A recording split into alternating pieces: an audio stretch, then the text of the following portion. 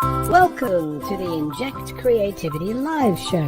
My name is Rob the Robot from the Adobe Education team. This is a free online show for primary, secondary and post-secondary educators interested in enhancing digital literacy, communication and creativity in the teaching and learning process. Here are your hosts, Dr. Tim Kitchen and Erin Raethke. Thanks, Rob, and welcome to part one of this Inject Creativity Live episode, the show based on encouraging creativity throughout the learning and teaching process. Welcome, Erin. Hi, Tim, and welcome to everyone who's joined us live and those who are watching this episode on demand, which is being recorded at 6:30 p.m. Australian Eastern Daylight Savings Time on Wednesday, the 23rd of March, 2022, via the Adobe for Education YouTube channel, as well as the Australasian Adobe in Education Facebook group. We encourage you to say hi in the chat, no matter what chat feature you're using, depending on what you're using to watch this show, and please let us know where you're from and where you teach. While you're in the chat sharing a bit about yourselves, we'd like to do an acknowledgement of country. We respect and honour all Indigenous people from the lands we reach out to during this event. We acknowledge their stories, traditions and living cultures. We acknowledge them as the first educators and the first creatives, and we commit to building a brighter future together. I'm coming to you from the Wurundjeri land in the Kulin Nation, otherwise known as Melbourne, Victoria, Australia. And I'm coming to you from the country of the Jagera, Yagara and Ugarapul people from around the area, otherwise known as Brisbane, Queensland, Australia. Now, you may have noticed we have a slightly different format for future Inject Creativity Live episodes. So we'll be recording two 30-minute sessions for on-demand viewing on the Adobe for Education YouTube channel. During part one of this episode, we'll be hearing from Adobe Education leader Adrian Brooke, who will have one of his amazing Adobe app demos for us. In part two, our special guest educational thought leader will be none other than the wonderful Peter Hutton from Future Schools. We will be promoting a number of Adobe-related education resources and professional learning opportunities during both parts of the show. We have a special student video to share in part two of the show. We launch a new student film competition also in the second part of the show. And our behind-the-scenes guru, Adobe's Senior Customer Success Manager, Jerry Wong, will have a special quiz question for us coming up very soon. You're watching Inject Creativity Live with Tim Kitchen and Erin Raethke. Well, we've only got a few people who have added comments here who have joined us live, including Tim Goodsell. It's good to see you. Hi. And who else have we got here? Well, it's really just Tim who's adding to the contributions that I can see. It's quite possible that there are other chats going on that are not visible to us. But let me encourage you, especially if you're new to the show, to throw in a comment, get to know some people, and have a bit of a conversation in the chats. And we might be throwing in some of your comments throughout the show as we go through it. But Erin, did you know that last week I had the opportunity of doing some travel again? Oh my goodness. It has been a while. And I was very happy to be involved with the Ite Conference in Sydney last week. So let's just have a quick look at what we got up to. This was around about 300 teachers from all over New South Wales who teach various technology subjects, all gathering together. And I want to thank Craig Delmeyer Power, who is a very important part of our AEL community. He was there helping as well. He ran a workshop and I ran some workshops, and we had a fantastic time with these teachers over a couple of days last week in Sydney. It's great to be out and about again. And I am looking forward to many more opportunities to come where we will be out and about meeting teachers face-to-face at long last. You're watching Inject Creativity Live with Tim Kitchen and Erin Raethke. Thanks, Rob. Now let's welcome our good friend and the Inject Creativity Live moderator and techie whiz, Jerry Wong. Hi, Jerry. Hi, everyone. Welcome.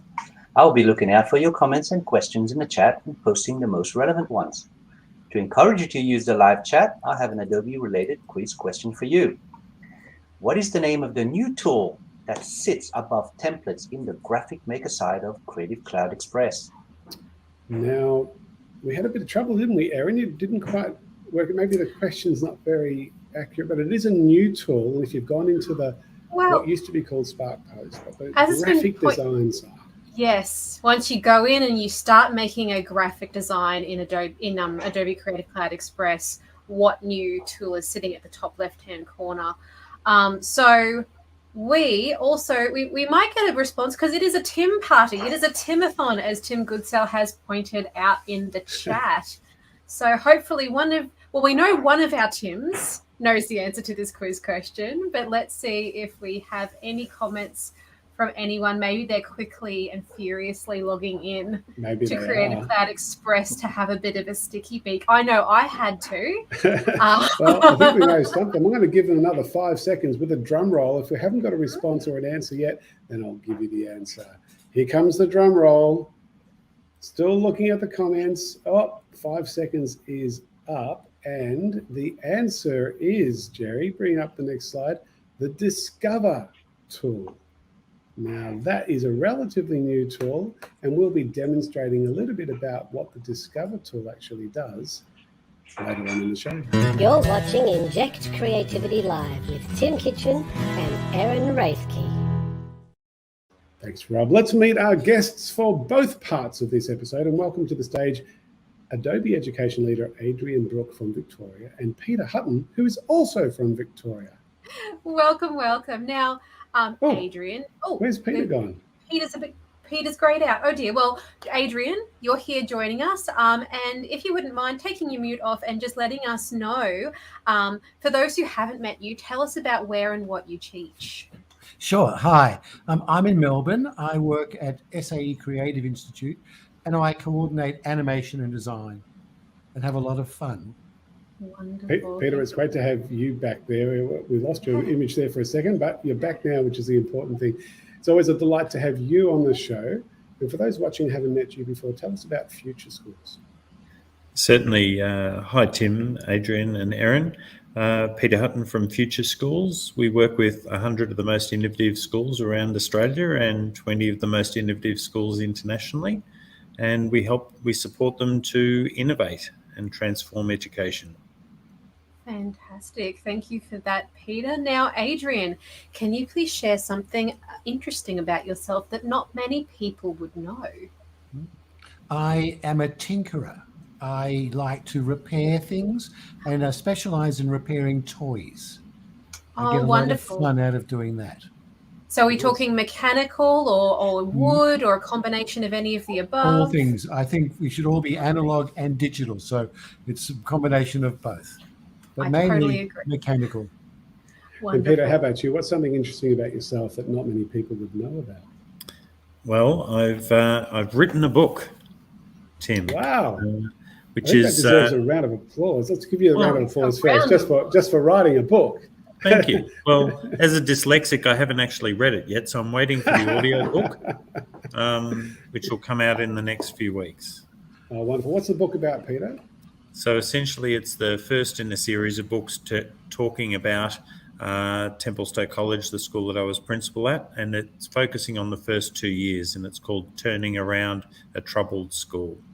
Wonderful. Excellent. And is the book available for sale now, or is it? Yes, it is. If you search it up under the title, Turning Around a Troubled School, you can find it on all the major booksellers, but it hasn't been formally released yet. Well, and is it going to be read by author in the audiobook version, Peter? Erin, it would if I could, but I can't, so I won't. That's okay. One of our other guests that has been on the show before said they had to actually audition to be able to do their own audiobook version, which is, I had no idea the mechanics of how it works behind everything. It's all very exciting. Congratulations. Now, Erin's got a little job to do. She's going to look up that book and she's going to add it to her special page that she creates every episode. So we'll be able to promote the book. And while I'm doing that, Adrian, could you please share with us what you'll be sharing with us in this episode? Yeah, I thought it'd be fun to be clever and lazy. And I'm going to get the neural powers of Adobe Photoshop to do a lot of work for us. They're always fun. That's great. Peter, what will you be sharing during part 2 of this episode? Yeah, look, I thought I'd challenge a little bit of a strongly held worldview, and that's that as teachers, we work primarily for a particular school rather than seeing ourselves primarily as part of a broader profession. And I'd just like to explore that as a concept. Wonderful. So thanks, Adrian and Peter. So we're going to be looking forward to hearing about both of those things very soon. We hope you're enjoying this episode of Inject Creativity Live with Tim Kitchen and Erin Raethke. All right, let me just share my screen because I want to show you this Discover tool just really quickly. Now, I'm in Creative Cloud Express and I've logged in and I've started creating a graphic. So in this case, it's a custom size graphic. And the thing I want to point out is at the top left-hand corner, in fact, if I bring up my little highlighter option here, top left-hand corner, you can see the Discover tool sitting above templates. And when you do click Discover, what it allows you to do is discover templates, text, photos, design assets, and backgrounds that are trending, that are the ones that are probably the most chosen. So And not the that's pretty curated selection, but rather like an analytics thing where what people are using a lot at the moment. Yeah, I think that's the way it works. And it's quite nice. And when I click on the More option, I'm seeing a lot of the templates that are being selected by a lot of people. And therefore, they're probably the most popular ones and so on. So have a look at the Discover tool when you get a chance, because it is a wonderful new feature of Adobe Creative Cloud Express. You're watching Inject Creativity Live with Tim Kitchen and Erin Raethke. Now let's get rid of that screen so that Jerry can show us where we're going to talk about the Adobe TeachMeets program that's coming up very soon. On March the 30th and 31st, we currently have over 140 teachers who've registered. If you haven't registered or promoted this free and unique professional learning opportunity from Adobe, please do so via adobe.ly/teachmeets. Erin, tell us about the next TeachMeet opportunity. Well, the next set of TeachMeets will feature 10 great workshop options, including Creative Cloud Express, Premiere Rush, Premiere Pro, Photoshop, Aero, Acrobat, After Effects, Audition, and Character Animator. So look up adobe.ly/teachmeets or scan this QR code and register your interest. When you have registered, you will receive the Microsoft Teams conference link a few days prior to the events. If you don't have to commit to a particular workshop when you register. So remember, leave that decision, if you like, to the last minute. When you join the live session, everyone does a quick little spiel about what they'll be sharing. You can make your mind up then. Hopefully, we'll see you all on March 30th and 31st, starting at 4 p.m. Australian Eastern Daylight Savings Time. Hi folks, we are about to be inspired by an AEL, an Adobe Education Leader. AELs are passionate about the use of Adobe tools to inspire creative learning and teaching experiences in the delivery of either primary, secondary, or post-secondary curricula. The first step to becoming an AEL is to be an ACE, an Adobe Creative Educator, via edx.adobe.com/adobe-creative-educator.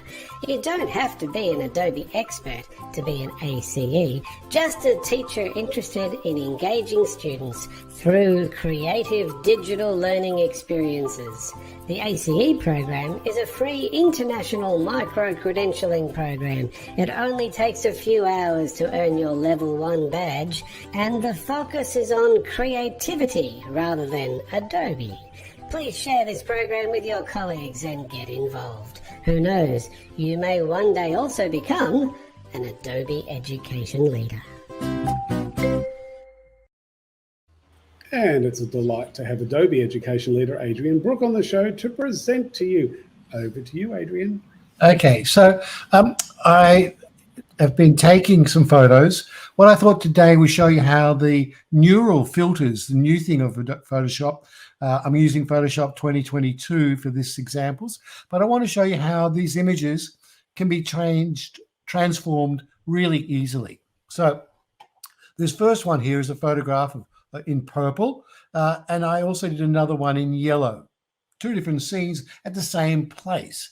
And what I want to be able to do is go up to the filter and go neural filters. And then I have a bunch of choices. And we're going to explore this a bit. So what I want to do now is do this color transfer down the bottom. And you can see down here, there's a switch which says it's either on or off. So I'm going to turn it on. And I have a bunch of choices. These are presets, but I can use those or I can use one of my own. And what I want to be able to do is to use the yellow and the purple two images, combine them together. So when I click on this and I select an image, not this one, let me switch across to this. I'll do this one. It's easier. Cancel that. So here's my image that I've got. I go up to the filter. I go neural filters.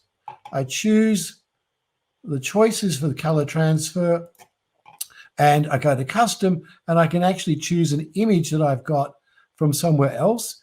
And what I did was choose this image here. Let me cancel and show you. I chose this image here, which was the purple one. And when I went into neural filters and chose to make changes to it, this is what I got. Automatically, it chose and changed and made it for me. And I then get a choice of, do I want to save it as a layer or not?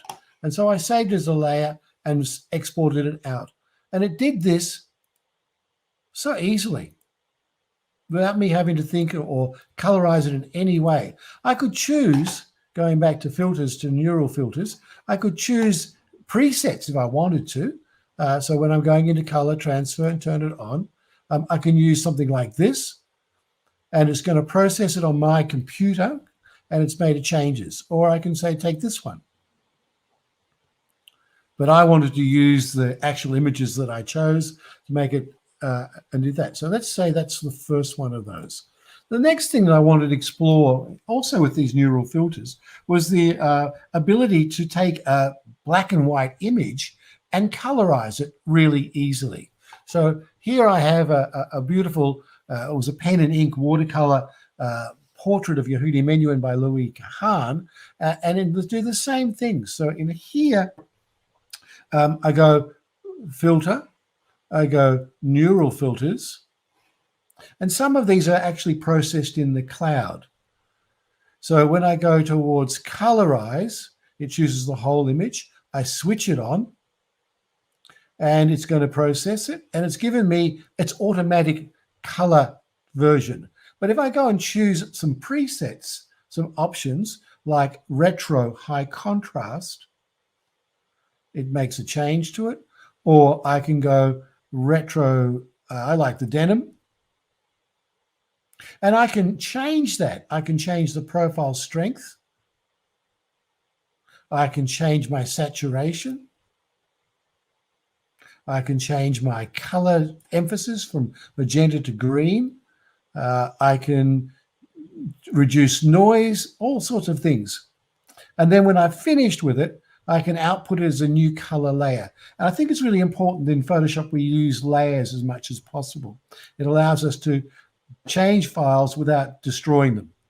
Okay, so that's it. And I'll say, okay. Now, what is interesting for us as Adobe, as Photoshop users or any of them, is that we get a choice to be able to say, am I satisfied with the results? Yes.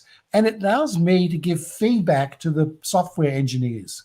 So I'm encouraging you as you're going through doing these things, give feedback. I like this. I wanted this. I wanted more details. So I'm not going to do that at the moment. Now let me go back. So we've done, first of all, the ability to take a color from one image and transfer it to another using neural. The second thing we did was this colorizing, taking a black and white image and making it into variations of color.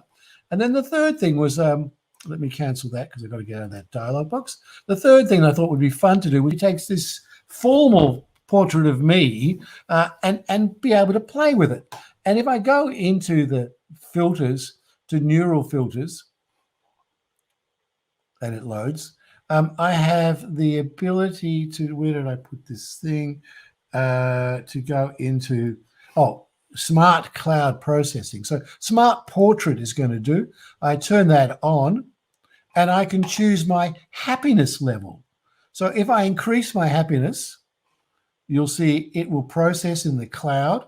Look what it does to my face. It might take a little while. I'm not sure how quickly we will have to run through this, but let me show you what I did. So I will just cancel that for the second because I don't want to spend our time processing. So what I did was I took the happiness level and I reduced it completely. So I'm now showing you a picture of me unhappy.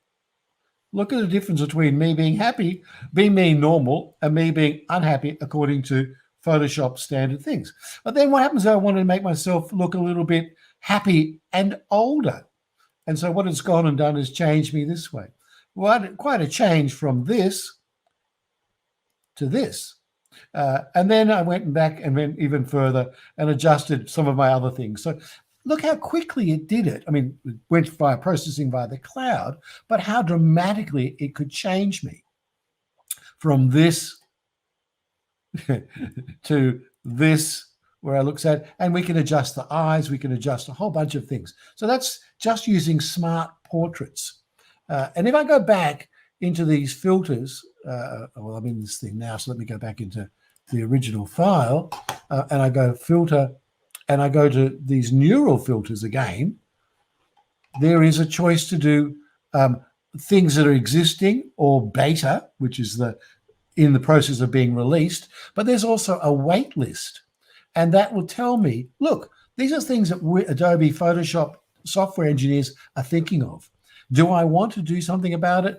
Do I want to be told about it? So I can click, I'm interested in that. And you have the power to persuade the software developers, this is important for me.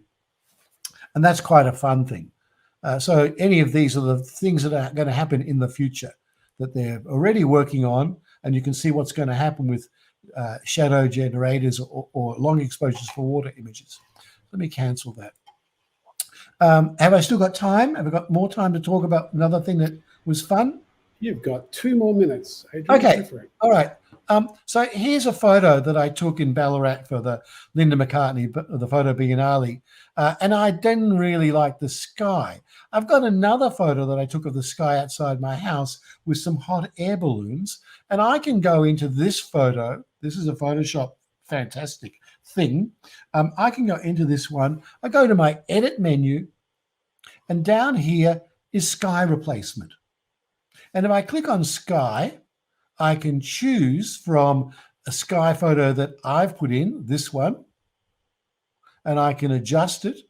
I can make it brighter or darker. I can adjust the temperature. I can adjust the scale of the image. And then when I've finished, I can output it. So these are really cool features that allow you and your students to quickly manipulate and play and change images that they own. Adrian, thank you so much for that. Let's just get you back in action here. Let's see if we can see you. There we go. That's lovely. It's amazing what Photoshop has come up with, isn't it, over the years? How long have you been working with Photoshop, Adrian? Actually, I've used Photoshop when it was before Photoshop in the late 80s, early 90s, when it was called Barney Scan XP. And I have somewhere in my pile of stuff a Photoshop 1.0 floppy disk. I'll have to find it out and bring it out because it's, but it's got far more tools and so much power. I just touch the surface. And every time I play with it, I learn more things. There we go. We just caught Erin drinking then. That was all yes, right. A sneaky sip of tea. Yes, I'm definitely going to have to go in and play with that. And it'll be interesting from my perspective to see the difference between something, say, like my wedding photos, which are wonderful and professional, versus a more candid snapshot, and see how those neural filters adjust my level of happiness or other interesting things. Oh, yes. Adrian, so that's wonderful. Much. Thank you for that share, Adrian. My pleasure. And we'll look forward to catching up with you in the second half of the show towards the end. And then, of course, at our what do we call it? Our fireside chat. I meant to blank there for a second. For those who are watching us live, you can ask Adrian some questions and find out a little bit more about him at that point. But thanks again, Adrian. We hope you're enjoying this episode of Inject Creativity Live with Tim Kitchen and Erin Raethke. You know that Adobe education leaders, oh, we should have got rid of Adrian. There we go. Sorry about that. Adobe education leaders like Adrian are part of the highest level of Adobe's education community program, a very exclusive program with only about 65 teachers qualifying in the Australasian region. So they regularly share this passion with a network of educators wider than their own school or faculty and help support the work of Adobe and education teams around the globe. If you're interested in becoming an AEL, an Adobe Education Leader, the first step is to do the Adobe Creative Educator program and get your ACE Level 1 and 2 badges via adobe.ly/ACE. If you'd like to be guided through Level 1, Tim and I are running the next Be a Creative Educator course on Thursday the 5th of May, 4 p.m. to 6:30 p.m, back when we're all back to Australian Eastern Standard Time. Look up adobe.ly/creative educator for more information and share this site with your colleagues and wider education networks. Of course, if you look up adobe.ly/ACE, you don't have to wait until the 5th of May to become an Adobe Creative Educator. You can do the Creativity for All course on the Adobe Education Exchange at any time on demand. The Creativity for All course is one of many great on-demand courses on the Adobe Education Exchange. Other popular courses at the moment do include, big list, Adobe Analytics for Teaching and Learning, Digital Painting and Drawing in the Classroom, Teach Creativity with Adobe and Khan Academy, Preparing Students with Essential Creative Skills, and the new Adobe Creative Cloud Express in the Classroom course. Well, that is going to be it for part 1 of our show. We're about to go into part 2, if I can get my mouse working. There we go, let's get rid of that. And part 2 will be starting again very soon. If you're watching us live, it's just going to keep going. For those of you who are watching the recordings, you'll need to jump into the Adobe for Education YouTube channel and look for the second part to this show. And we'll see you very soon.